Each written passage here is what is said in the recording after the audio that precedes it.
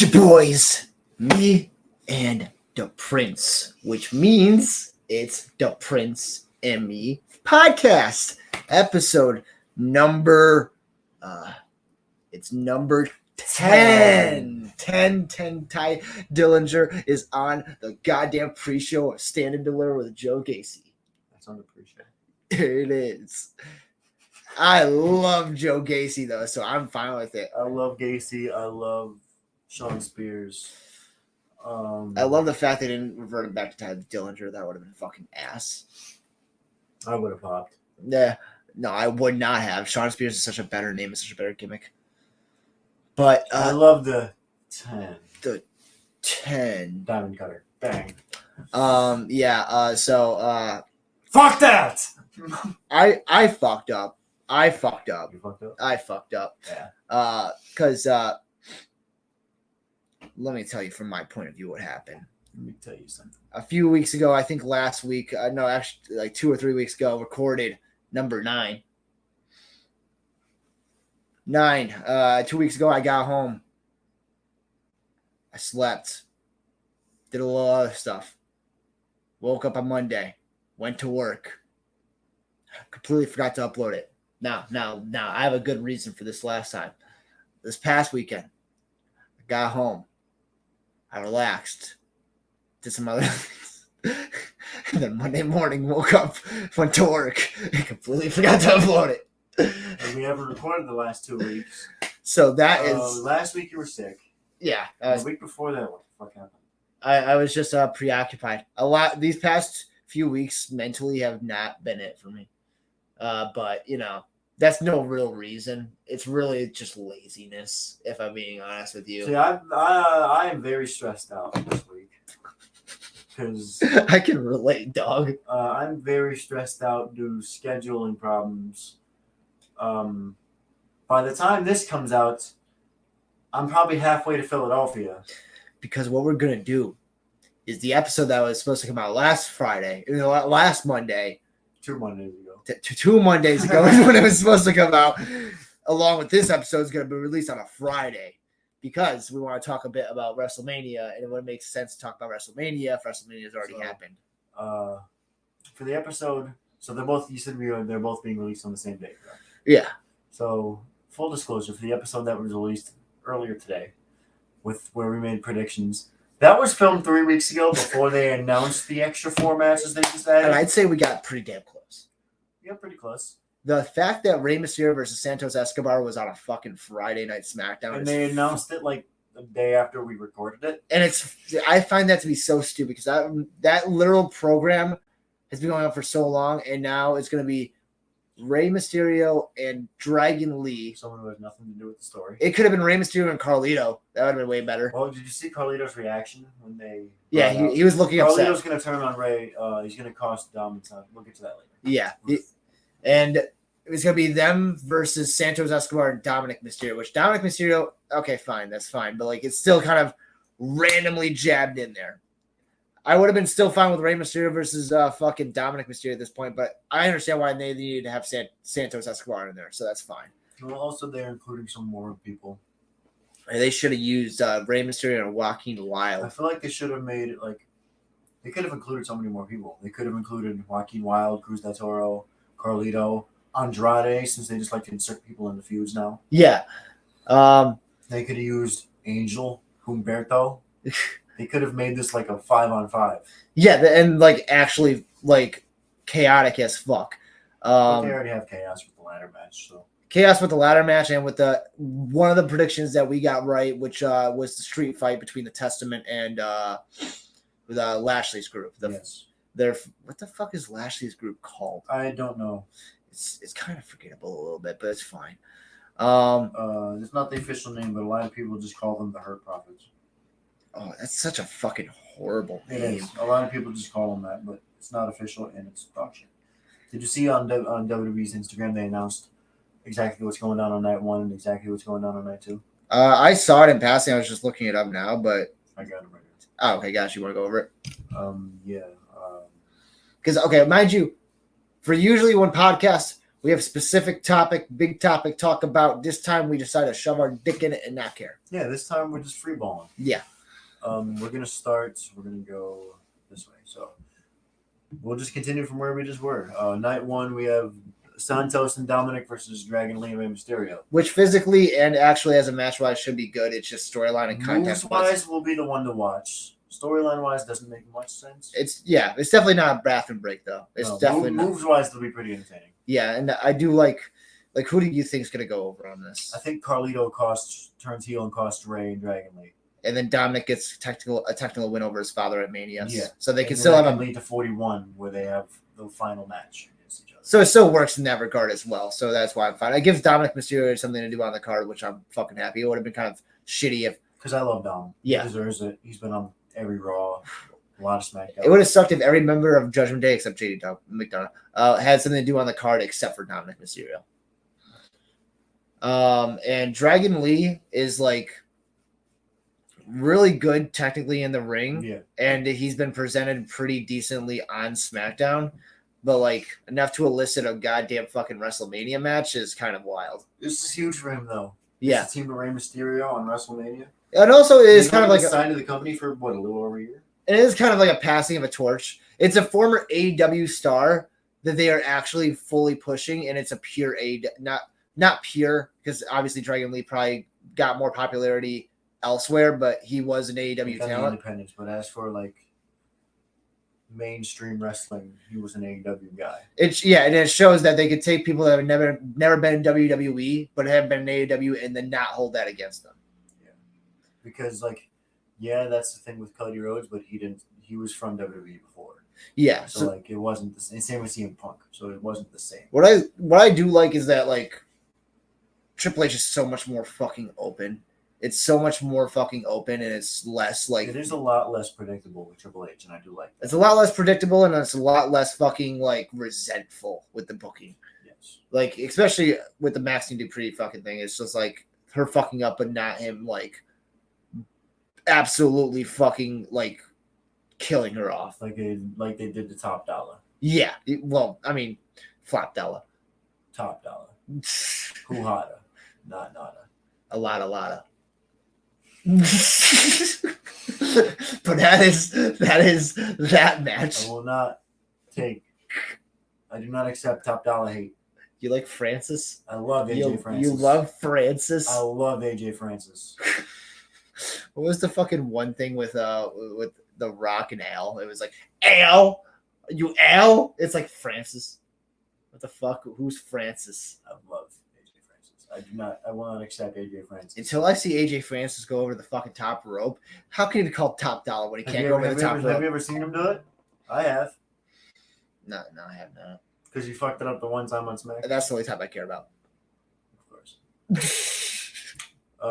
Also on night one, I thought this was on night two. 6-woman tag: Bianca Belair, Naomi, and Jade Cargill versus Damage Control.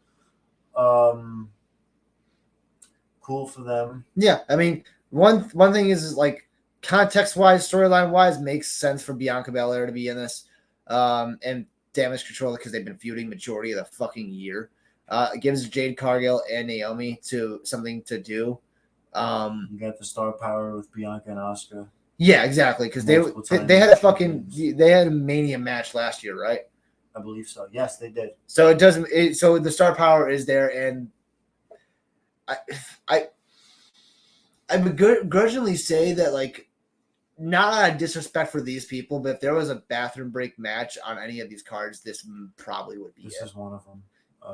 I already know my other bathroom break match, which will be a hot take, but I don't care. It's gonna be Cody versus Rock. I'm known for my hot takes. It's gonna be Cody versus Roman in it. So that's your bathroom break match. Just leave the arena because you know that Cody's gonna win. Cody is gonna win, which we'll get to that. And what I'm gonna say about that match might actually surprise people. But yeah, this match. Who's gonna? It's cool, but it's probably gonna be fucking Bianca's team's gonna go over. Yeah, Bianca's team's definitely going over. Yeah. The 6-pack ladder match for tag titles. This is gonna be fucking chaotic. I heard.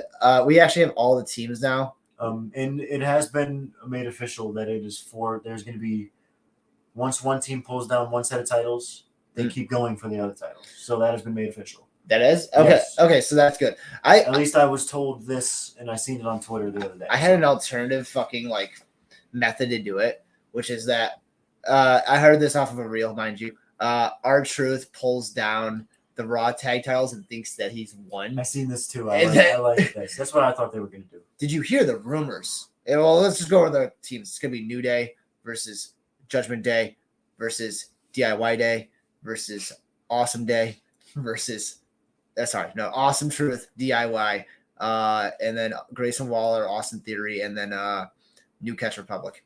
I like that Grayson Waller and Austin Theory in this match. See, there's rumors that they were taken into a meeting to be told that they're being replaced by the Dudleys. No. I don't think so. It'd be fucking awesome. My favorite tag team of all time, fun fact, is the Dudley Boys. But Devon can't fucking do it. His back, he can't do it. The fact you know that's fucking wild. I watch a lot of shit about the Dudley Boys. Yeah. And with their when I seen them returning on Impact, I was like, oh, maybe there is another run in Devon. No, Devon did the bare minimum, which, not his fault. He has back problems. And he's old as hell. What about the Hardys? Will Jeff's contract be up by then? I know it's coming up, but I don't think it'll be up by fucking Saturday. Who knows? Would it be cool? Yeah, it'd be fucking sick. Yeah, I'd prefer the Dudleys because they've already done it with the Hardys, and obviously I like the Dudleys more. Have the Hardys come back as heels and attack New Day. The worst booking choice. Honestly, I'd rather have the Hardys come out on the Raw after WrestleMania and attack one of the winners. Yeah. Because just having the Hardys come out and take a spot or just join in the match, they'd likely win it again. Yeah. And why? These teams, everyone in this match has earned their WrestleMania spot. Yeah, exactly. Not just in the qualifying, no, literally they've earned. Because they've consistently working both brands and Yes. They've been consistently on TV. Yes. So with that, the Raw people are probably going to be Awesome Truth. Awesome Truth. And I think, honestly, Waller and Theory are going to break up. Yeah, well, probably. Even though they're not on SmackDown, they can get away with that. I think they're going to put the New Day over for the SmackDown. Because it's the New Day. Something don't sit right with me about that. I'd much rather just DIY win it, honestly. I prefer DIY. I prefer DIY. I love the New Day, but I would prefer DIY. Because DIY has naturally been getting over just with their with their talents in front of a fucking crowd. At first, when they first were teaming, it was a little bit shifty. It was a little bit like the crowd wasn't reacting, but they got over naturally with their wrestling ability. Now that I think about it, yeah, you're probably right. They are going to do DIY. And then obviously the draft's going to happen, and I don't think they give a shit about the fucking actual draft. So I don't see why they want to get the SmackDown titles and then be drafted to SmackDown. Right. Yeah, because they're going to do the draft. They haven't announced it yet, but they're going to do it. Which is going to mean fun. After Mania. I think I've fully accepted at this point that no matter what, there will never be a day where there's a hard split between the brands. I've accepted that. I think I'm maybe this time because I'm more so I'm comfortable with where things are at. Because when someone goes from one show to another show, makes sense. There's a reason. Right. There's Judgment Day because they have both titles. Yeah. Cody because he's feuding with people on SmackDown. Right. Same with Roman. He's feuding with the guy on Raw. And even Dominic Mysterio randomly coming out on SmackDown, that makes sense because he hates his father. It's like with the Usos stuff. It's not just a guy coming on another show to have a match. Yeah. He's not supposed to be here, but he's showing up because fuck this guy. That stuff makes sense. I think what makes it more palatable is because Adam Pearce and fucking the fuck is his name? Fucking Nick Aldis actually talk back and forth to one another. So it's realistic that they can work together and then allow someone else to be on their brand or not. So that leads to the ambiguity of are they supposed to be here or are they not supposed to be here? So and I like that they actually have set general managers now. So hopefully they're the ones doing the draft this year. Yeah. Not just Triple H or another legend coming out to announce these guys are going here. Because then it's the actual tension is there because they have their defined character. And it makes it seem more special because when Triple H comes out just announcing Judgment Day is going to Raw. Yeah. It just doesn't feel like a draft. It just feels like Triple H is sending people places. Yeah, exactly. With Adam Pearce and Nick Aldis. I don't know why I keep forgetting his name. Is a good talent. Nick Aldis and fucking Adam Pearce going back and forth with one another, it feels more sports based because it's like two brands actually competing with one another, which is why I wouldn't fully be opposed to at this point, like having like a Survivor Series, which is Raw versus SmackDown. Which you can build to that now that you have general managers. They can start a feud, and they're like, all right, you think your brand's so much better? Yeah, I'll send my 5 best guys. You send your 5 best. and guys. they can still do war games. Yeah, it doesn't have to be the Survivor Series brand versus brand. The war games match. It could be a separate match as well to get more people on the card. And you could also lead it to like all the guys that are announced for that match get in a fight, and even like Pierce and Aldis or some shit can like get an attention, and you can just lead that to a War Games match. Yeah, and like the fact that I can actually say I would look forward to a brand versus brand Survivor Series is something that's fucking wild. Right. Like the fact that that's a prospect of me, like with the pay-per-views or premium live events, like next year's Royal Rumble, like I look forward to that now. Even though this year's Royal Rumble wasn't like 100% the best, I see the full potential of like really good storylines. And it still wasn't a bad Royal Rumble. It just could have been better. Yeah, exactly. Which look at last year's Rumble, so good. Right. Now it's still Triple H era. Exactly. So it's like I have a lot more faith in Triple H. So it's like this year's WrestleMania is like just like they just keep getting fucking better. They keep getting better, and I can see an actual direction coherently with the entire roster going in one direction, rather than everything feeling kind of splintered. Yeah. I don't know why, like, leading into this year's WrestleMania, for some reason, I'm just like low expectations on it. Not because any of the matches are bad. I just don't know. For some reason, I'm just not like as excited for it as I normally am. But maybe that's a good thing, because then I can be more excited when the shit happens. And more surprised when it's like, oh, it's proving me wrong or anything like that.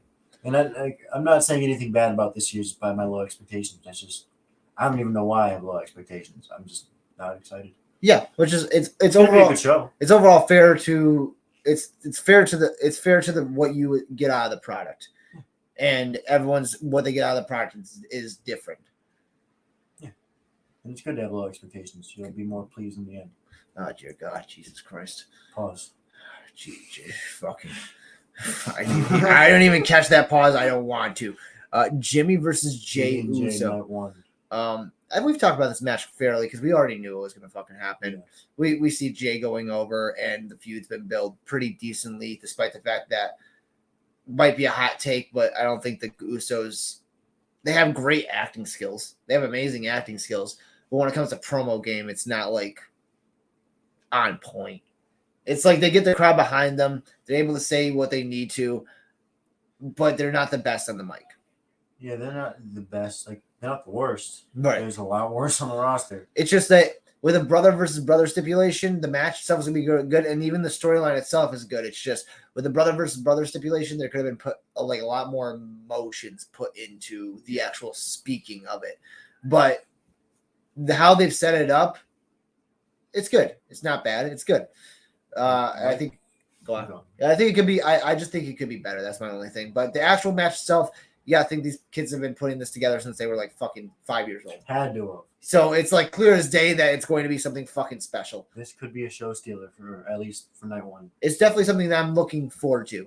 Yes. It's probably so far we've talked about like 2 matches that I'm looking forward to. The ladder match just to see how it is, and this match. Same. Yeah.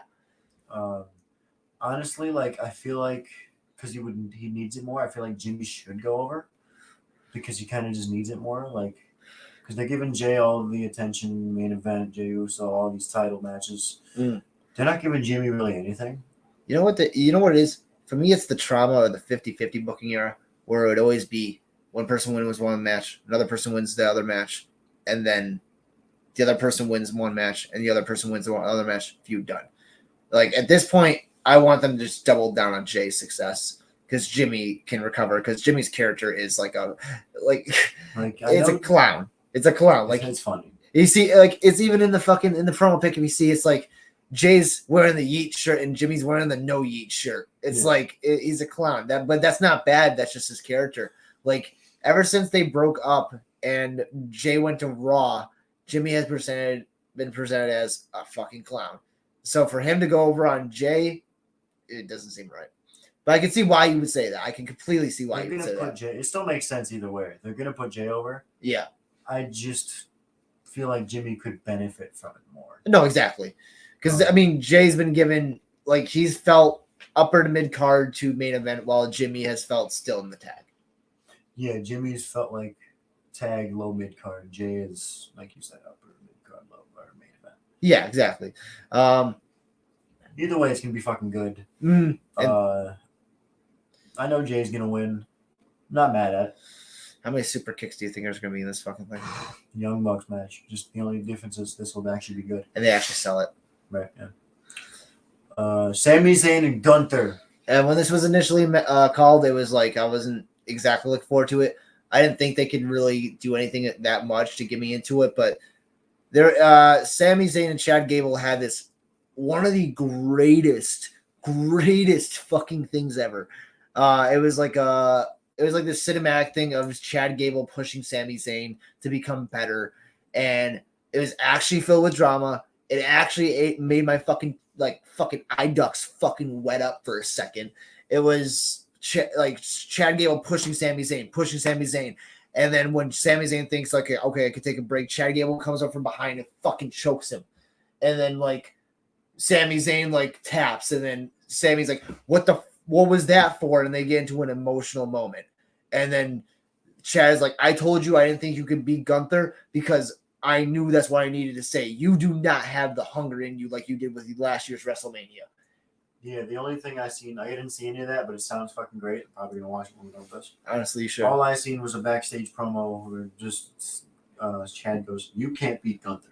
Yeah, that's all I saw. I haven't. And I think they.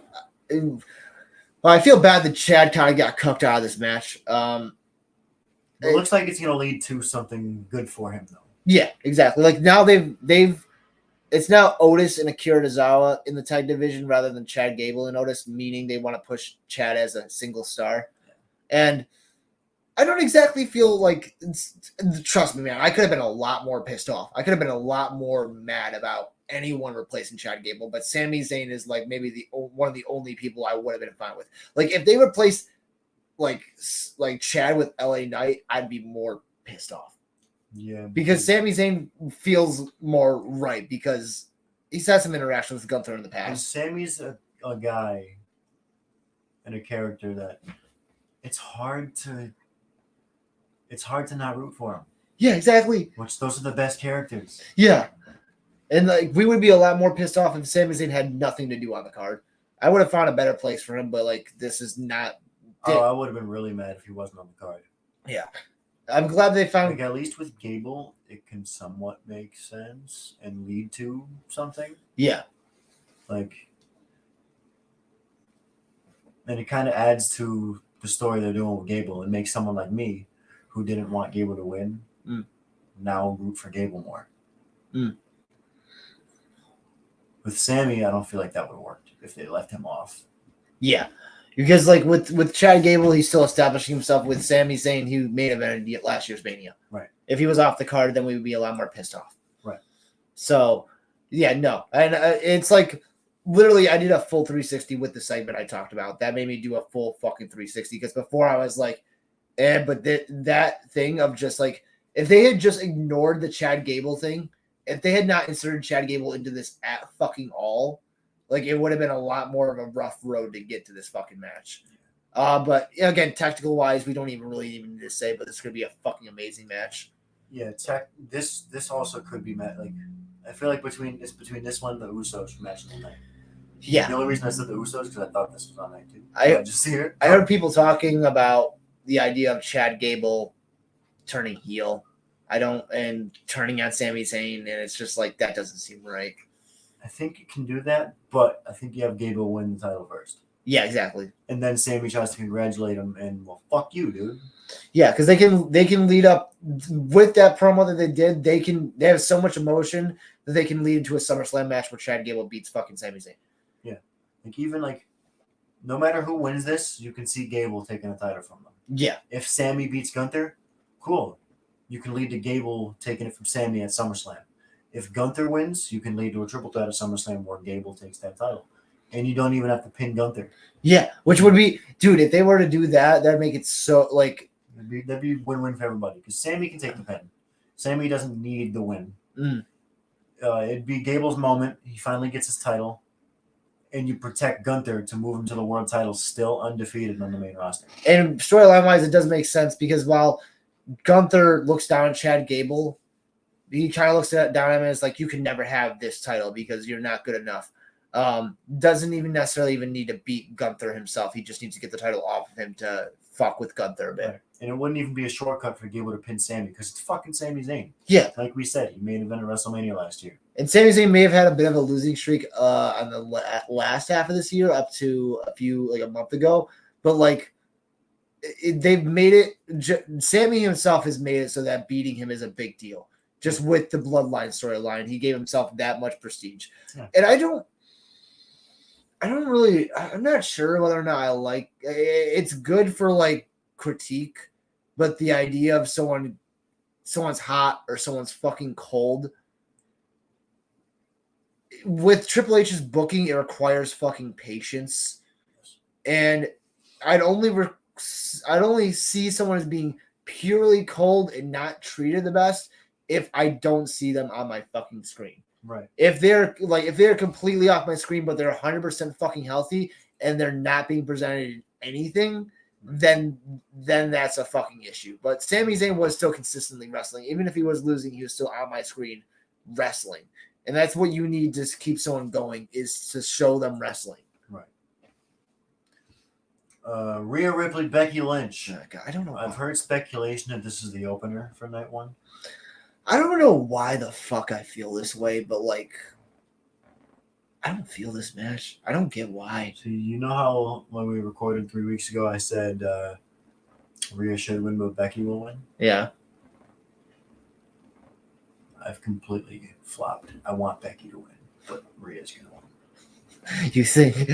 Yeah. I want Becky to win, not because I don't love Rhea. I love Rhea. Mm-hmm. But like, I want Becky to win for Rhea's sake. Yeah.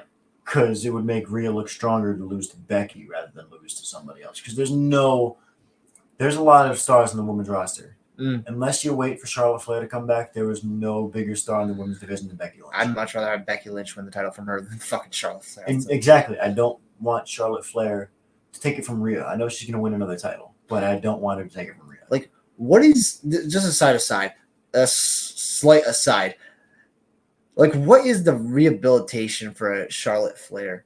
Because, like, for some reason, like, her fucking character annoys the fuck out of me, but her wrestling is on fucking point. So good. She's so good. She's so good, but when I see her on my screen, it's just character-wise, it's an annoyance. Yeah. But, like, when the bell rings and she's not fucking talking, then it's like, okay, you're really fucking good. You know what the fuck you're doing. It's in your blood. Right. But when you're actually in a fucking storyline, the last cool thing you did storyline-wise was fucking knee Ronda Rousey in the fucking jaw. That was the last cool thing I remember her doing. And, like, so that's what makes it hard for me. But that's just a slight aside. For this actual match, Becky Lynch versus Rhea Ripley, other than Rhea Ripley and Bianca Belair, this is the only other logical WrestleMania women's title match that would make fucking sense. Yeah, like, the only, like, to protect Rhea, I feel like you should have Becky win here because, yeah, Rhea would be losing, but it's Becky Lynch. Yeah. And I don't feel like there's anyone else who would really, like... Dude, if this was an opener, like, that'd be a fucking... Dude, because fucking Becky Lynch won the Royal Rumble, dog. Like, No, she didn't. Bayley did. I knew that. Bayley won. No, I see. I was just testing him. Okay, guys, I was just testing him. You passed. Good job. Anyways, I made in the main event. The main event. Tag team match. What I call. There's only two reasons for this match. In my mind. One is because they already got The Rock to agree to do a match, so they needed a match. And two, it's so Roman Reigns can get a win without retaining the title. This all fucking happened because of Jack Perry. This all fucking happened because of Jack Perry. Crybabies. No, it happened because of Jack Perry. Happened because of Jack Perry. Yeah. CM Punk never returned. What does this have to do with CM Punk? If CM Punk never returned, they would have had a different trajectory for Seth Rollins. They do have a different. No, I'm saying if Jack Perry never kicked CM Punk out of AEW, Seth Rollins would be facing off against someone else. Yes, Drew McIntyre. See, That was the original plan before Punk came back. I was testing him again, and he passed. He did a really good job. You're doing good. This is not your day. But yeah, this match. It is not. This is just so Roman Reigns can get a win without retaining the title over Cody Rhodes. Yeah. And for bullshit on night 2, where people know there's going to be bullshit. Do you think this is not no DQ, right? This is just a straight tag match. Should be no DQ after how much The Rock's been beating the shit out of Cody Rhodes. Right, the vibe is that this is going to be Extreme Rules match. This needs to be a fucking no holds barred Extreme Rules fucking. It works bloody bloodbath fucking feud.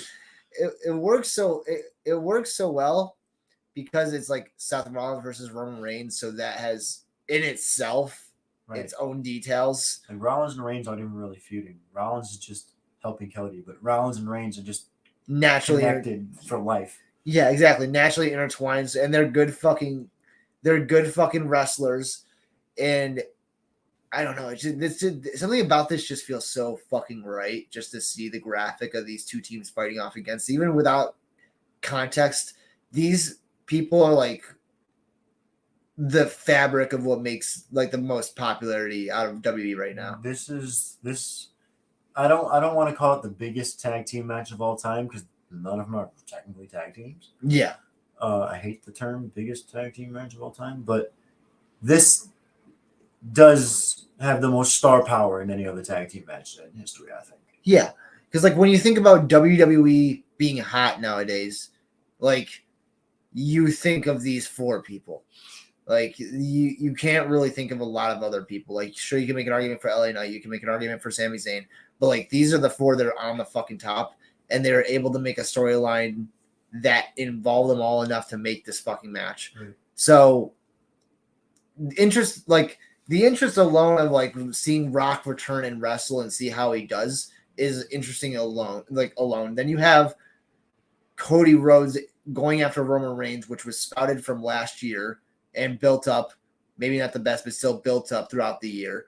And then you have Roman and Seth Rollins, and then you have Roman and Seth Rollins with all that. Then you have Seth Rollins and The Rock with Seth Rollins just bitching about The Rock all the time. And then on top of that, you have the dynamic of Seth Rollins and Cody Rhodes being a tag team, and like Seth Rollins was notorious when Cody Rhodes came in of fucking shit talking him. Yeah. So like, and then Roman and Rock obviously having the connection of the blood in them, and then that was talked about for so many years of them eventually facing off, and then the controversy of that match not happening. Like literally, so many fucking things work here so fucking well, and then on top of that, Cody and Rock. With that entire fucking thing that happened, like with Rock bloodying the fuck out of Cody. Yeah. They like beating his ass in the rain. It would be an absolute fucking monstrosity if like this just has main event written in its fucking DNA and fabric. And the storyline of this individual storyline is so fucking good too. Yeah. With the fucking press conference and shit like that. They built this up fucking damn near perfect when it came to the actual 2-on-2 match. To think this was all an accident. This wasn't the original plan at all. Yeah.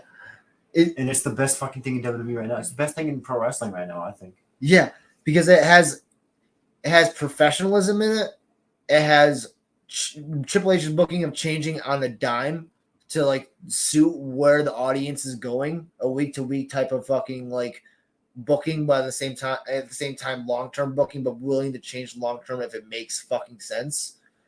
Like that this is the match I'm looking forward to the fucking most. Yeah, easily.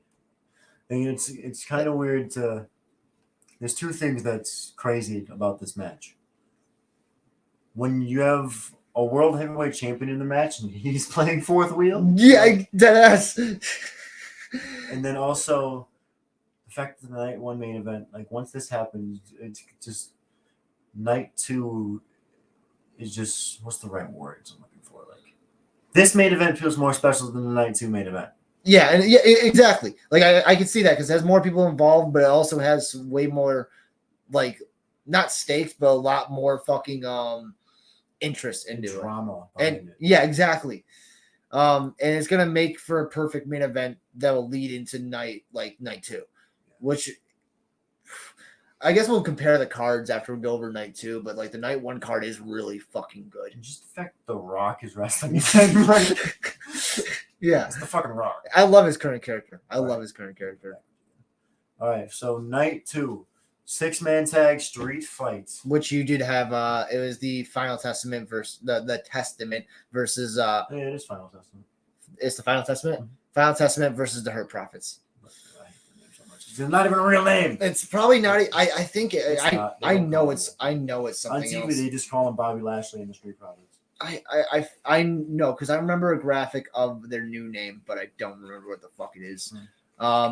This one is like, yeah, street fight. They had to make it a street fight because of needing to have interest in it. Which, yeah, like, it would have been a good tag match anyways. It would have been most people's shit break, but it wouldn't have been a bad match. Yeah. Now that it's a street fight, people will care. Yes. Still not everybody. Because, like, I'd say I do enjoy all these workers. I enjoy them. I love Lashley. I really enjoy the fucking Profits. Carrying Cross is hit or miss, but I'm fine with. And the Authors of Pain have not been on TV like for a long time, so I can't even gauge a fucking interest in them. See, my deal with Cross, like, I love Cross. Just the stuff he's doing now isn't over with the WWE audience. Right. Cross is really good. If you've seen any of his work outside of WWE and Impact and other places, Cross is really good. Even his stuff on NXT was really fucking cool. I like his voice. His voice is fucking funny. He has a promo voice. He like his voice, not anything else about him. Yeah. Don't twist this, but his voice reminds me of a Jake Roberts type promo. Yeah. Where like he talks quiet. He's gonna make you listen to him. He's gonna talk so quiet, and you're gonna listen in close, and then he's gonna start fucking yelling at you. Like, he gives me the vibe of a type of dude that has a lot of good ideas, but he keeps pitching them and they just don't fit into the plans. I've heard some of his ideas when he was talking with Chris Van Vliet for a little while, where he got released before he came back. Yeah. He has a good mind for the business. Overall, I'm glad they brought him back. Glad they brought him back.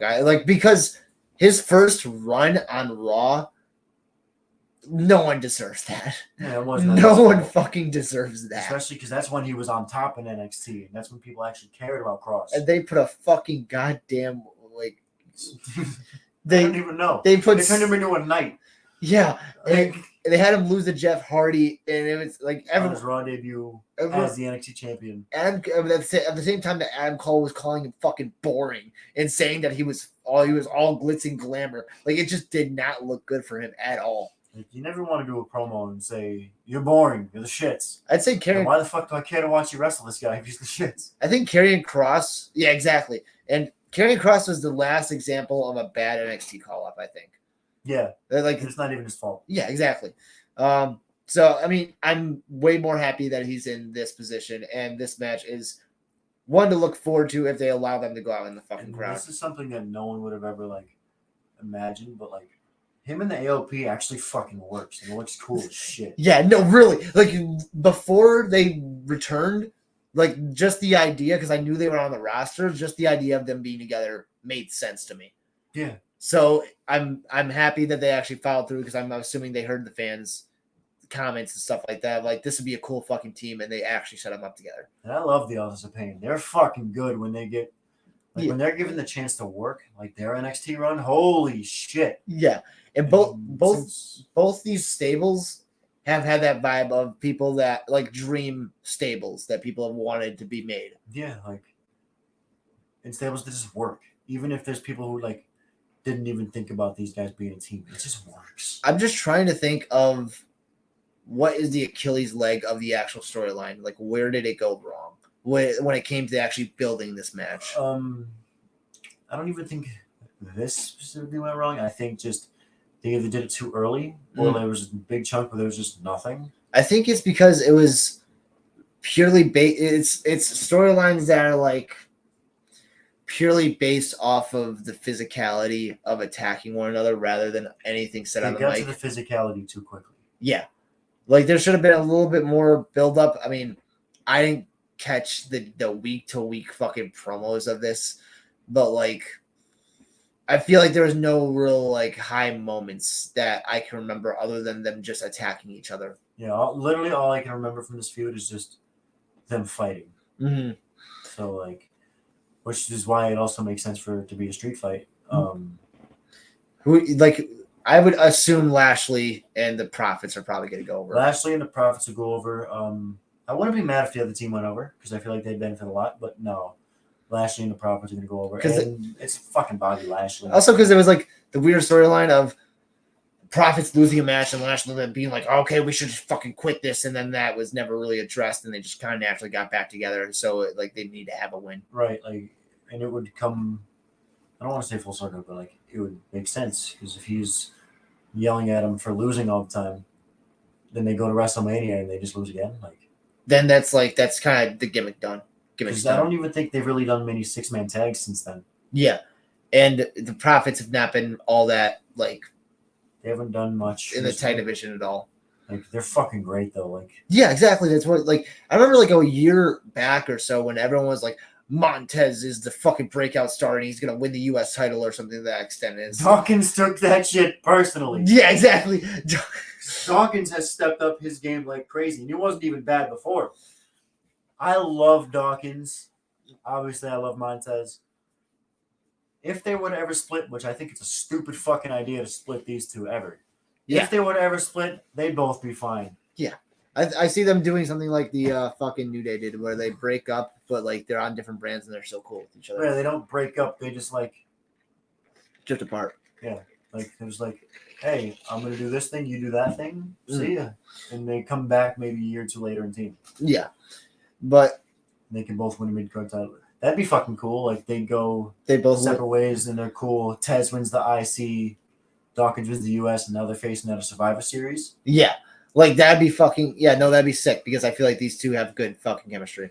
But yeah, probably the Hurt Profits going over. Yeah. And also good for Bobby Lashley finally getting on the card because last year I felt so bad for him because it wasn't even his fault. Yeah, it was, rest in peace, Bray Wyatt. Yeah, it was no one's fault. It was just things Mother Nature. Yeah. Now you got me fucking depressed over here, man. Bray Wyatt. That would have been a good match too. Yeah. All right, this now hot take. No, this is my shit break of night 2. This LA Knight, AJ Styles. You can make the I'd say of this night is probably the piss / shit break. But what I will say is the fucking what is it? The segment they did with LA Knight going to fucking AJ Styles' house and the fucking the police having to come and fucking arrest them on site. Yeah. Yeah. And it was like I love both of these two. Yeah. Like I'm not saying either of them are bad in the ring because in my opinion, AJ Styles is top 5 greatest in-ring wrestlers of all time. And everyone loves LA Knight. Yeah. I just don't. Just the styles between these two, like I just don't see them having. What do you mean? They're both former TNA guys.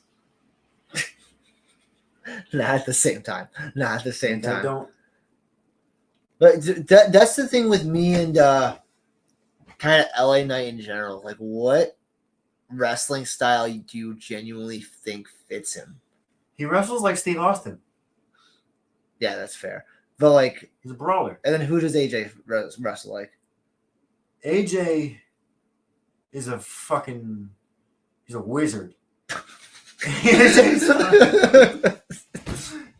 That's not what I was expecting you to fucking say. AJ Styles. I've seen him do every type of wrestling match, and it's fucking great. Like I've seen him go toe to toe with Brock and have a physical fucking brawl. Yeah. I've seen him have technical masterpieces with Bryan Danielson. I've seen him do high flying shit with Ricochet. Yeah, Ricochet. I forgot his name for a second. I love Ricochet. I think Ricochet might win the Andre the Giant Battle Royal. That'd make the most sense because he is getting hot right now. He's getting a huge push. Yeah. Yeah. I've seen AJ do all the styles. Like maybe it'll work because AJ can like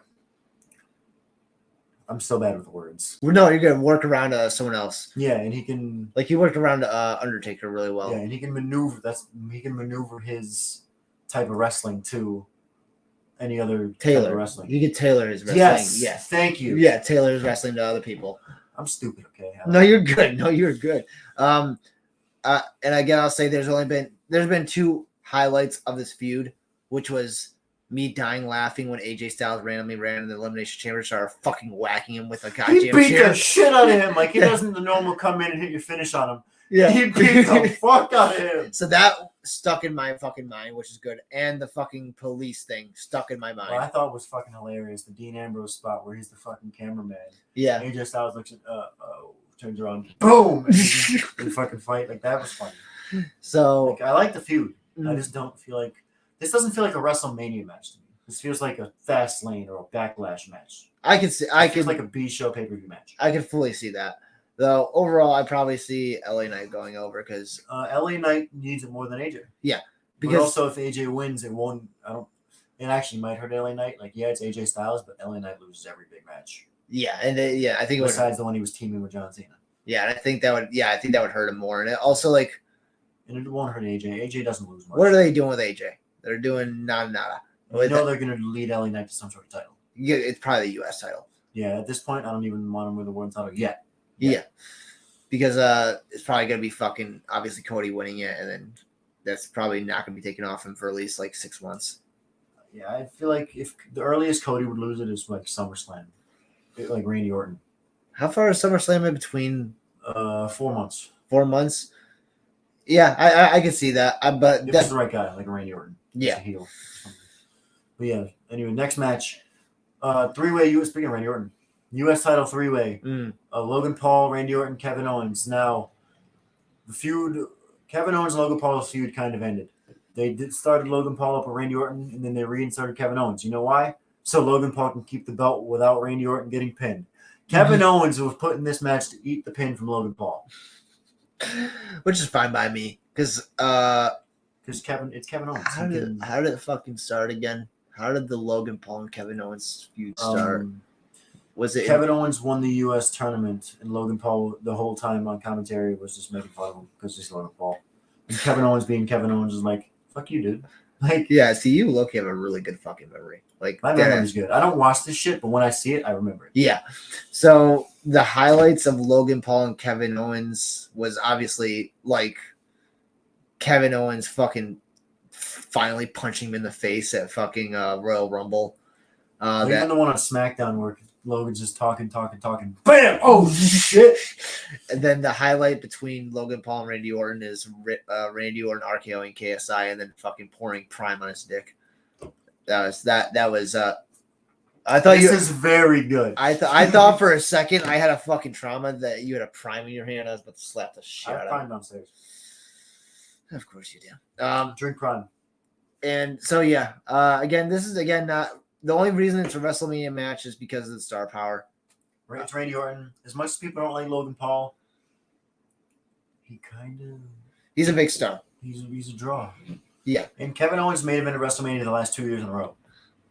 With Kevin Owens and Steve Austin. Which is crazy to think that Kevin Owens and Steve Austin made him into WrestleMania 2 years ago. Just the fact you could say that out loud makes me so fucking happy. The fact that Kevin Owens got the chance to let alone have a WrestleMania match, but main event WrestleMania with Steve Austin just sounds so fucking perfect. Yeah, Kevin Owens main eventing 2 years in a row makes me happy. And even Kevin and Sammy both going for mid-card titles this year, yeah.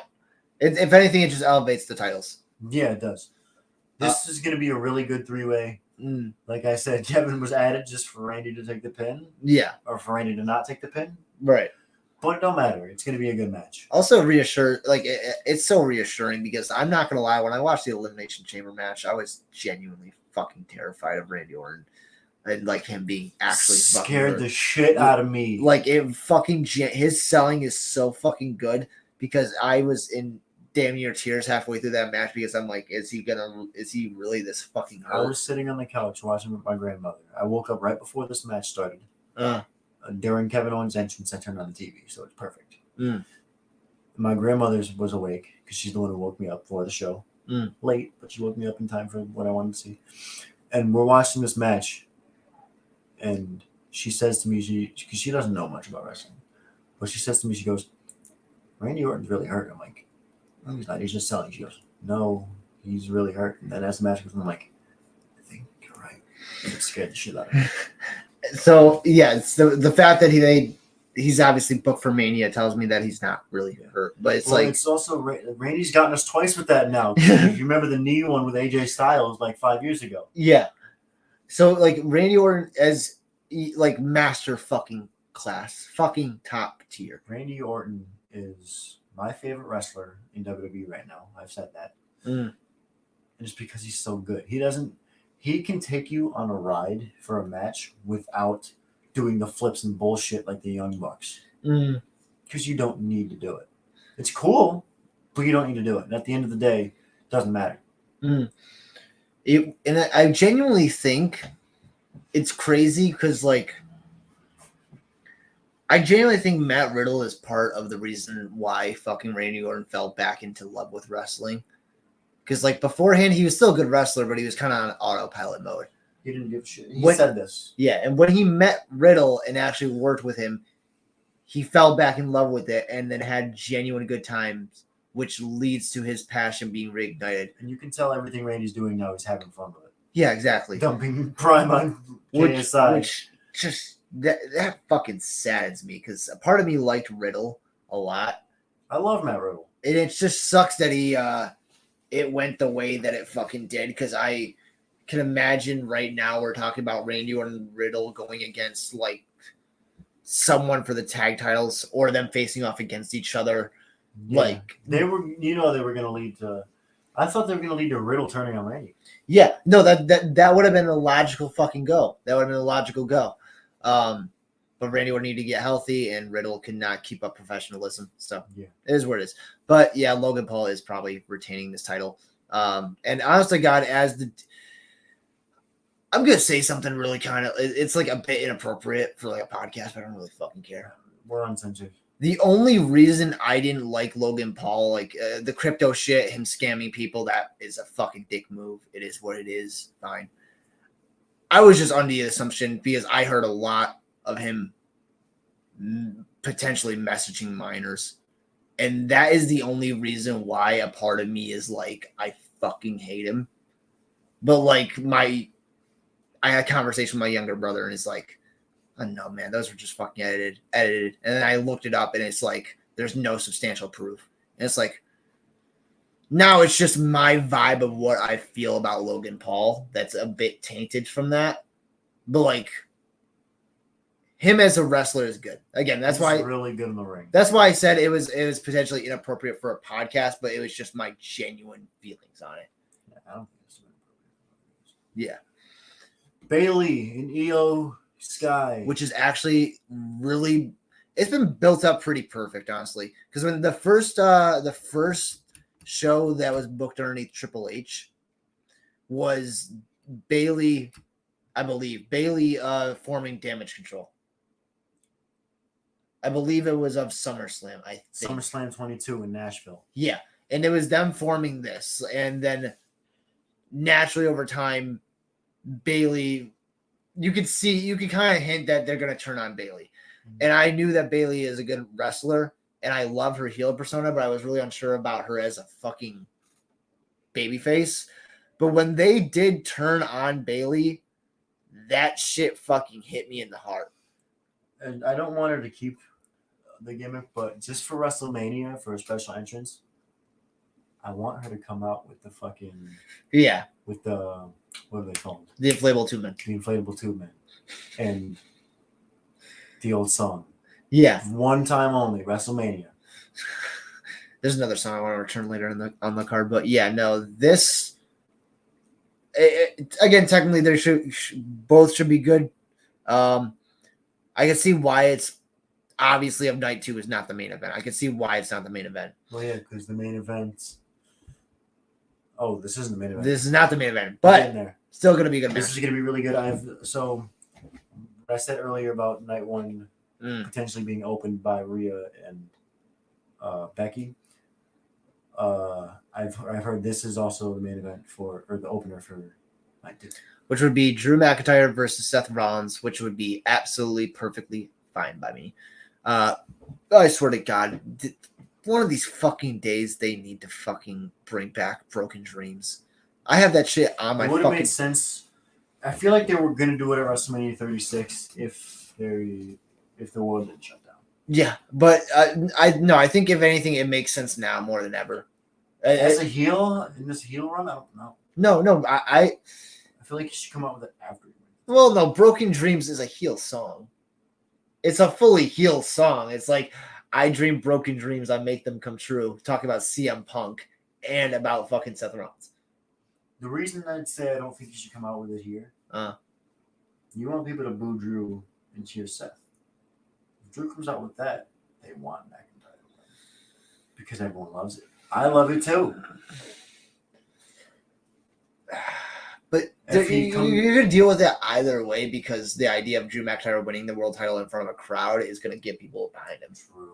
So you're going to have to deal with it either way. And as you said, a lot of people are sick of Seth Rollins' run. So I've been sick of it for so long. So either way, you're going to deal with that conflict. And who knows? Maybe Seth Rollins turns on Cody Rhodes on night 1. I don't think he turns on him on night 1. I think he turns on him on the Raw after WrestleMania. I can see that. I can see that too. I've said it a couple times, and now I definitely see it. Night 1, they're going to run heat on Rollins during this tag match. They're going to beat the living dog shit out of Seth Rollins. Cody's going to get the hot tag, bump everyone around, blah, blah, blah, beat the shit out of Rock and Roman. You lead to Cody wanting to tag back Rollins in. Rollins is hurt, but Cody wants him in. He tags Rollins in. Rollins hurt, they take control again, and they beat Rollins. Yeah. And you can even have McIntyre interfere in that to help them beat Rollins and Cody. Rollins goes into night 2 hurt. And Rollins loses on night 2 because he's hurt. You can even make it a very one-sided match like Brock and Cena in 2014. Right. Like that would make Drew look like a monster and make Seth look strong, and it would make sense because he got hurt the night before. And then Cody gets his big moment at the end of the night. You go to Raw the next day, you open up with Cody. Rollins comes out. Cody thinks Rollins is congratulating him. Rollins beats the dog shit out of Cody Rhodes and turns heel. And Rollins blames Cody Rhodes. If your stupid ass didn't get yourself involved with the bloodline and you didn't need backup, I wouldn't have lost my world championship. Yeah. So now because you are the reason I don't have my world championship, I'm going to be the reason that you don't have your world championship. And by WWE booking, that does logically sound accurate to what they would do. Obviously, Cody will be Rollins. But... Well, yeah, for the 4th time. Yeah. For the 4th time. because they have to have another match, and then that happens again. So, yeah, either way, yeah, Drew is getting this win, and he deserves this win. I don't think Damian Priest is cashing in tonight. No. Yeah. And also, I feel like more on the Rollins and Cody thing, I feel like Rollins is way better heel. Oh, yeah, no. Babyface. Well, yeah, no, he works way better. Because his annoying voice kind of just he wrestles as a babyface, but when you hear him talk and his energy, he's a fucking heel. Like, dude, Seth Rollins' turn into face was so... He didn't even turn face. He came out one week and he was a good guy. It was so awkward. His turn from face to heel was so good, but his turn from heel to face felt like grinding gears. Because he didn't even turn face. He just came out one week and he was good. And then they started singing a song, and then naturally that's how he got back. He just comes out and, hey, everyone likes me now. No. Fuck you. No, the fans were cheering him, so it made sense. If the fans cheer him, you can't just ignore that. But you have to have at least a reason for it. What was it? What was the feud that got him to turn face? Nothing. I thought it was his feud with Finn Balor. No, he was face before that. He comes out. So I remember him being heel at the end of the year with Matt Riddle. Yeah. The next thing I remember him doing is entering the Royal Rumble, and he's a good guy. I know there's something he did in between then, I just don't remember what it is. Yeah. I mean, I think he was even getting cheers when he was facing off against Riddle. He was getting cheers before that when he was doing the tag team thing with Kevin Owens. Yeah. So it was just a more, I guess you could say, natural way, but like natural and unnatural, because it was like the fans naturally got behind him because of the way he wrestled. Yeah. But like storyline wise, there was no real explanation. I'm trying to think what he did at Survivor Series that year. Yeah. Because that's the in between the Rumble and when he faced Riddle at, was it Extreme Rules? Mm. I don't remember what the fuck he did. Well, Yeah, so it was natural. He didn't just come out and save a baby face from him. He just come out one week and, I'm a good guy now. which is like it's probably because they just had him wrestle more, honestly. And less talking, less feud. So he was just stuck in the thing of like, I'm just wrestling every week, and the people naturally liked him for his wrestling. The only babyface Rollins I liked, and it got stale quickly, was when he first turned face in like 2016. And it worked for a while. Mm. And then like after his feud with Triple H, it was just like, Personally, this run as a face I've liked. And that's why I say it's not bad. Yeah. But like, that's why I say some people don't like it, and they don't like his like the title reign's been too long. I guess just the trauma of dealing with fucking Roman Reigns is like, I'm fine with this because you actually wrestle every fucking week. So I don't think the title reign's been too long. I think it's been too long with too little. Yeah. He's been facing a lot of the same guys. Like, yeah, he's been champion for over 300 days. Mm. But what is he at? Fucking 3-4 challengers? Storyline wise, he had Balor, Sammy, Drew, Jay. That's it. There's got Shinsuke. That's it. Yeah, he definitely. He hasn't defended the title once this year. No, he defended it on one. I think the first Raw of January against Jay. Was that that was Jay. Yeah.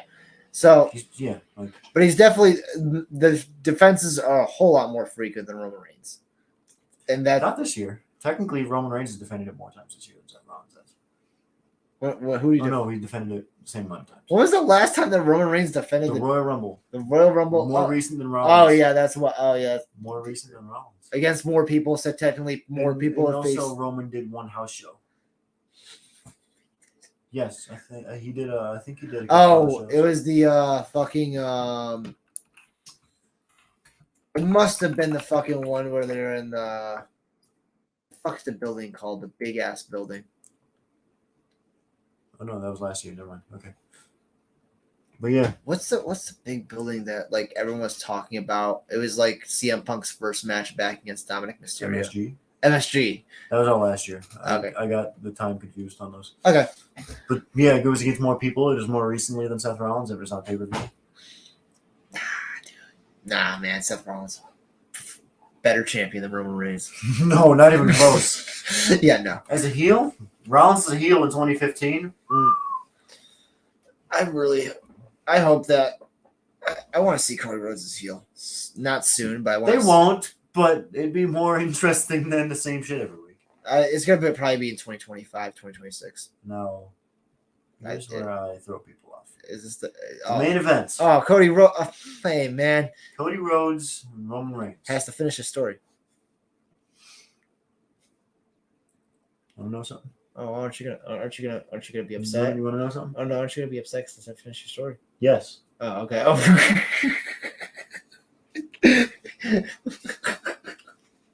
I was tired. So okay. So something came in my head this week. Pause. Popped into your head. Something popped into my head. You threw me off. I'm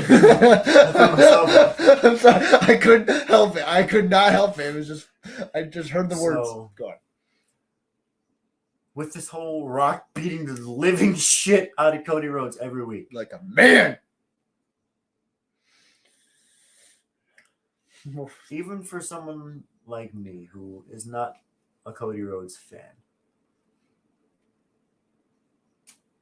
I would be disappointed if Cody Rhodes doesn't win on Sunday. I love Roman Reigns. Mm-hmm. I don't like Cody Rhodes. But the story, not Cody finishing his story, this storyline, it just makes sense. Cody needs to win this match. Because, like, Rock, despite the fact he's still getting cheers, is playing the heel role so fucking good. Like, because The Rock's always going to get cheered. It's the fucking Rock. Yeah. But, like, just his cadence and being like, boy. But he is an asshole. And it is great. Because, like, during the fucking him beating the shit out of Cody Rhodes, he was saying the same fucking thing over and over again. Was How like, about that boy? Mama Rhodes. Fuck that. What'd you think was going to happen? This is what happens when you fuck with the final boss. And just saying that over and over and over. How you and feeling over now, again. boy? But it made me annoyed at The Rock, but that's kind of, as a heel, what you have to do. So I was like, that's why I was fine with it. But it was like, it was so cinematic and it was so good, even though it was basically a backstage brawl. They made that feel like so dramatic. Feel important. Some argue that it made that it overshadowed Cody versus Roman a bit, but I would say it that feels like the feud is more Rock and Cody, but also like no, because you also had Roman beating Cody with the belt. Yeah. On Monday. Dude, yeah, no, 2 weeks straight of just getting their shit fucking rocked.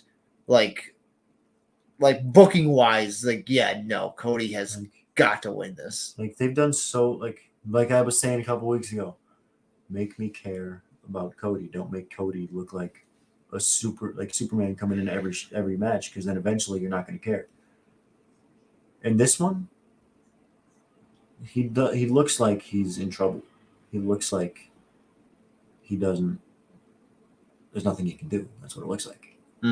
They've done that within the last couple of weeks, and they've made me care, and they've made me want Cody Rhodes to win this championship. And shocker of the century right here. And finish the story. Shocker of the century right here. Stealing my thunder. I can't wait. I'm so fucking happy. Stealing my thunder. How am I stealing your thunder? Because what I was gonna say is for Cody Rhodes to hold on. Oh, I know. Okay. For Cody Rhodes to finish his story. Yes! I can't. I'm so happy. I am so elated. See, finally got him on the side because WWE had booked something right. Sorry, I still. Fuck that! Mama Rhodes! No, dude, calm down. Calm down. Mama Rhodes! Mama Rhodes, listen, you need to come and Mama Rhodes, I hope you like the sight of blood. This is going to be a bloodbath. There's no nights are going to be a bloodbath. There's no way there's not blood. How do you think the match is going to finish? I think it's going to be Crossroads. How the match is going to finish? Yeah. Cody Rhodes hits that Crossroads. He stands back up. He's going for another one. Solo Sikoa. The spike. Roman Reigns hits the ropes. Spear. Same exact finish as last year, right? Yeah. 1, 2. The ref just got pulled out onto the floor. That's The Rock.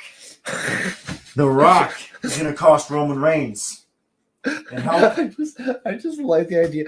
There's one thing in TNA where fucking Booker T had a mic in his hand when he was in the battle royal. Yeah, I just imagine Rock doing that, grabbing a mic and being like, "What do you think was gonna happen, boy?" and just start attacking fucking Roman Reigns. Yes. He starts whipping him with the fucking belt. What do you think was gonna happen? Should do that during the tag match on night 1. Rock's like, "Oh yeah, Roman's whooping his ass. A tag. Oh, The Rock is in. Excuse The Rock. Oh, well, how about that, boy?" They should do that. Yes. Commentary night 1. The Rock in the middle of the match. Yes. I would fucking die laughing. And how he always speaks in the fucking third person too. Yeah, exactly. The Rock has been tagged in. Oh, The Rock is beating the shit out of Crybaby bitch. I like the idea of him pinning Seth Rollins and being like, "And now I'm pinning Seth Rollins. 1, The 2. Rock going for the pin." Yes. Well, I think we would be way better bookers than Triple H, honestly. Yeah. If we were the bookers, if I was the booker, the world champion would be Omos. Oh, okay, so never mind. We're running this fucking shit in the ground. No, but Omos would be. In serious, I asked Mike Gongay this in a way the other day. Not Omos. Don't fucking say Omos. Don't say Roman Reigns. And don't say The Rock. Okay. Who would be your first? Who would, if you were starting your own brand? Who would your first world champion be? Randy Orton. Okay. Perfect. All right, perfect. I wouldn't have even said Roman Reigns. Like I love Roman Reigns. Mine would be Cody Rhodes. I would have said Randy Orton. Yeah, mine would be Cody Just Rhodes. because I prefer a heel champion over a baby champion. I like baby chasers. Yeah. Like, that's the only thing. Like with Cody, I know he's gonna hold the title for long. That's why I'd rather have him losing at SummerSlam because I don't want it to get stale. Yeah. And I really do feel like by next year's WrestleMania, it would get stale if he held it the whole time. Just like Rollins. It's kind of weird because, like, it's kind of weird to see, like, what's the space of the actual undisputed WWE title? Like, because by all metrics, the logistics of a 3-year-long reign adds a lot of prestige to it. And the fact that it is in this position adds a lot of prestige to it. Yeah. It's just kind of very hard to tell, like, as soon as Cody Rhodes wins it. I feel like it would, like, I feel like it's doubled down its prestige, but, like, it's kind of like liminal space of, like, Roman held on to it for so long and never defended it. So is that just going to be what that title is? And the World Heavyweight title is going to stay as the workhorse title? Yeah, Cody will defend it. Yeah. And here's the thing, like I like long title reigns. Like a lot of people say, everyone's holding their titles too long. I don't think that, but also, yes, at the same time. If every person is going to hold the championship for 2 fucking years, it doesn't become, it's not special anymore. Did you hear about the new championship they're making? They're making another title? I believe so. The WWE Speed Championship. I believe, because I only saw things. So you know how WWE is starting the new WWE Speed thing? The idea is to have 3-minute matches before, not actually on Raw or any actual show, but on X or Twitter before the show starts. Mm-hmm. They're gonna have 3-minute matches, and there's currently a tournament that's going to lead up to someone winning something, which I would assume would be a championship. So the main event championship. What? Main event. Yeah, basically the main event championship. But for some reason, the thing is, it is 3-minute matches. And it is said that it's 3-minute matches. Like, that's such a weird thing. It's stupid. You could still do, like, the fact they have to be 3 is fucking stupid. Like, if the matches had, like, a 10-minute time on it, that'd be cool. Yeah. Because it's still short matches. And you can still do, like, 3-minute matches. But also, if you need to, you can go to, like, 5 or 6. And you don't ever have to actually go to 10. But you have a 10-minute limit. Right. So far, it's for a WWE Speed Championship. And the bracket was Ricochet versus Dragon Lee. Ricochet won that. And Cedric Alexander versus Big Bronson Reed. Bronson Reed won that. And then there's going to be 2 more people, which are underneath question marks. So they'll put that on Ricochet. Yeah, for sure. It's just with the Speed Championship. It's cool, but like, why? I think it's fully dependent on how they treat it on the actual show. Because, like, obviously, if Ricochet wins it, he's going to be on Raw the next week, and then like, will he have the title on him? It is going to have the title on him, and for 2, for other people's promos, how are they going to treat that championship? Right. Like, are they going to talk shit about it? Or are they going to be like, that's a cool championship? It's fully, because by that metric, it's a championship that's fully off of the main brand. So it cannot be defended. It cannot be defended verbally or in a match on the card. So it'd be cool if, like, eventually they put it on, like, a WrestleMania pre-show. Yeah. But the idea is for it to specifically just be on X and stay on X. Okay, that'd be cool. Which I'm fine with. It gives people the opportunity to have a spot because, like, it's full. It's kind of like it's like a version, not like a weirder version of the TNA Digital Media Championship. This can be something cool if they don't fuck it up like they did the 24/7 title. I would have loved the idea, even though it would probably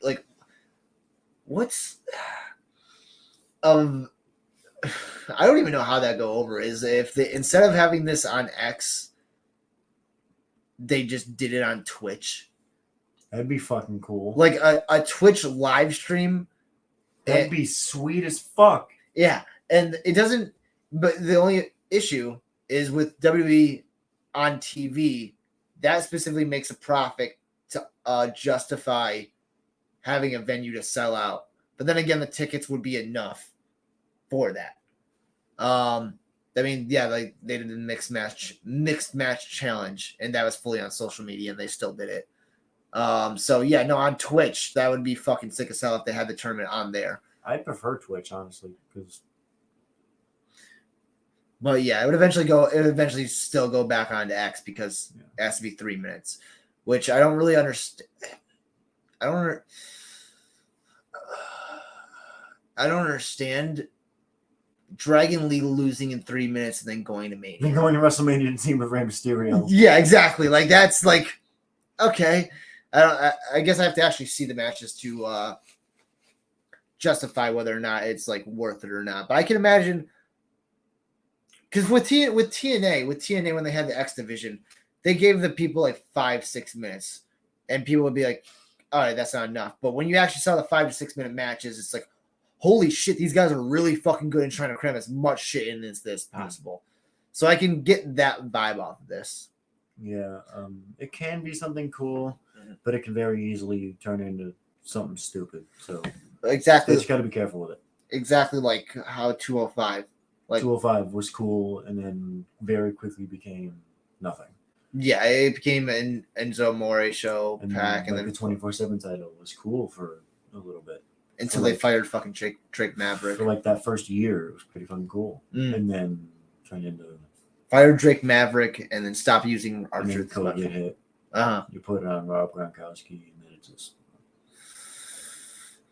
that was the downfall of the title when they got rid of Drake Maverick. Man, like before that, for the first year, it was really something cool. It was very entertaining. Pinning Jinder Mahal on an airplane, pinning Jinder Mahal on a golf course. Yeah, exactly. Like actually having creative things with it, which I thought when Triple H took over, that because the Hardcore Championship was fully Attitude Era, the 24/7 rule on that title was like Attitude Era. I figured when Triple H took over that it would be like that, but then it got.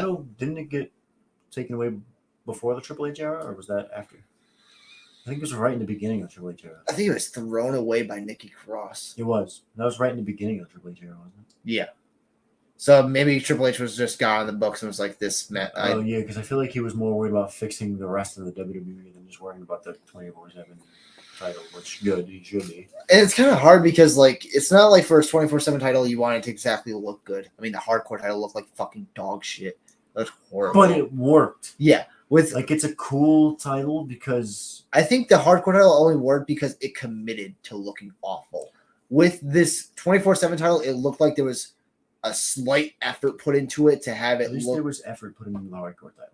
Yeah. Like, this is meant to look like a piece of shit that you took out of a garbage can. That was the point of the 24/7 title, and it got over. And you look at it like it's with the skits they were doing with it. It just made sense for it to look like a piece, like it looked like a broken piece of shit. This title just had nothing to it. Like they should have just made it the Hardcore title. Just have that. Reinstate the Hardcore title. Have Mick Foley come out with a fucking trash can and be like, "We're bringing something back, boys." Just fucking grab it out of the trash can and lay it down there. Or you just have a bad guy throwing a fit and he's just digging through a trash can, right? Yeah. Like, or even, dude, no. Like, who was on a fucking downward spiral that really needed it? It was like you could have had. He wasn't around at that time. Never mind. Mojo Raleigh. He's had enough. I know this. The timing doesn't. This is when he was looking in the broken mirror. You could have had him get angry, throw a fit, throw a trash can, and the Hardcore title falls out of it. He picks it up. Dude, that would have been so much fucking better. That would have been so much fucking better. Yeah. Dude, because Mojo Raleigh was a full-class jobber. So it's not like you're demeaning anyone. But the idea of having this, like, lower mid-card, like, not even lower mid-card, like, lower undercard title be put in the middle of the ring and then have people running from the back desperately wanting it did not make anyone in that situation right. look good. You don't even have to pin somebody. Just grab the belt. Yeah. What? Yeah. And then, so I mean, the Like, idea. that would have been cool as shit. Mojo throws a fit, throwing shit around. The title falls out. Oh, I'm keeping that. And then you could have made Mojo Rawley on something off of that because Mojo Rawley, despite all the shit that I might say sometimes about him, just joking wise as a funny, he had the fucking energy. He put his all into his character, whatever he was given. I didn't like Mojo Rawley. I don't blame That you. would have been something cool. Yeah, They would have made people somewhat care about Mojo Rawley. I would have just. Title. I could just have seen him taking that and then rolling with it. Like Yeah. I could have seen him giving his. Still bringing our truth. And then just have your different characters. That's what the title should have been, is highlighting different fucking wacky fucking characters that aren't gonna get a fucking 10-minute match on Raw. Because like, and then maybe build them up off of that and then highlight their characters off of that. They did that a bit with the wedding segment with R-Truth and Maverick? No, R-Truth and Akira Tozawa. Tamina and Dana Brooke. And they did that a little bit, even though that Dana Brooke was relatively generic. Did you fucking who the fuck was it? Oh God, someone was saying something. Some people from TNA were judging Tiffany Stratton by saying that Tiffany Stratton stole their gimmick. Huh? It's not even worth bringing up. It was just no. It's just on the main point, the 24/7 title should have been used to elevate someone from under mid card to higher mid card to very lower mid card, just to give them that push and to highlight their characters, which they did well in the beginning with R-Truth and Jinder Mahal, Drake Maverick. Which I'm pissed Drake Maverick was never really. I understand why he was small, but like he was never really didn't wrestle that much. Which I think I liked Rockstar Spud. I mean, I liked him. I mean, that's a character that was perfectly made for that title. So I guess they just didn't have enough wacky characters. Like I'm trying. But on top of that, with the Raw after Mania, I really hope to see Bo Dallas return. Yeah, I hope there's so much stuff they can do. They can set up Brock Roman for Mania 41. They can set up Cody and Seth for SummerSlam or a pay-per-view before that. They can set up Sammy, Gable, and Gunther. They can split the Judgment Day and lead to a possible Damian Priest cash-in. Yeah. They have a lot of routes they can take now. There's a lot of things they can lead to. I'm more excited for this Raw after WrestleMania than I have been for a lot of other Raw after WrestleManias. Because the Raw after Mania is meant for big moments. Yeah. And then I feel like even there will be a SmackDown after Mania vibe there. Because it's kind of hard. Because obviously you have probably Bo Dallas hopefully returning. If that is an option for them to do, Bo Dallas. I was going to say Braun Breaker, but he's already debuted on SmackDown in forgettable matches. Like, the only thing was he squashed Zion Quinn, which pissed me off. I feel like him and Corbin are going to lose at Stand and Deliver, and then Breaker just goes right to the main. Who are they facing? They're in... I don't remember. I seen something about it. Yeah. Do you want to... I'm pretty sure they have the fucking Stand and Deliver card out. Probably. I just want to see that real quick. Just...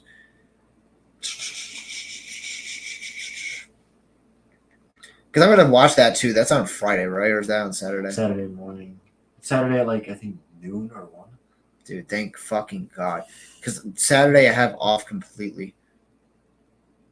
I should just go to fucking NXT. Yeah, go to NXT. I should go to fucking NXT. Because I already know. Yeah, they don't have it. Oh, wait, no. They have. Oh, that's who they're. Oh, never mind.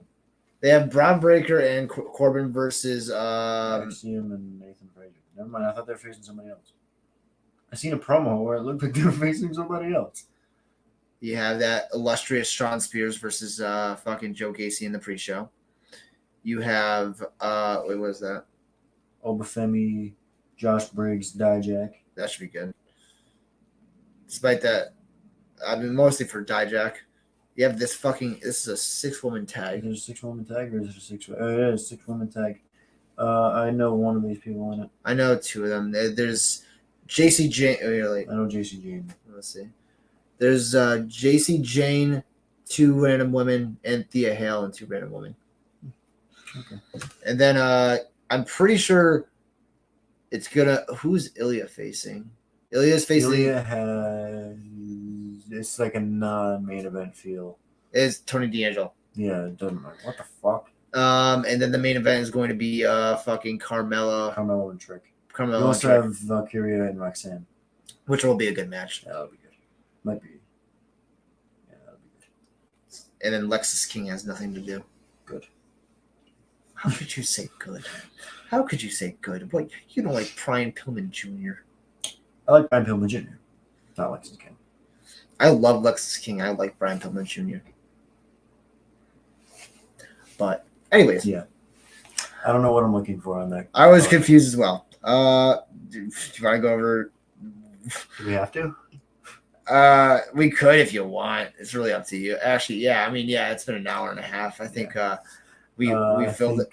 I'm just gonna say one thing. AEW has made the greatest fucking sin of all time. They fired Slim J. Who? Slim J. Who? Exactly.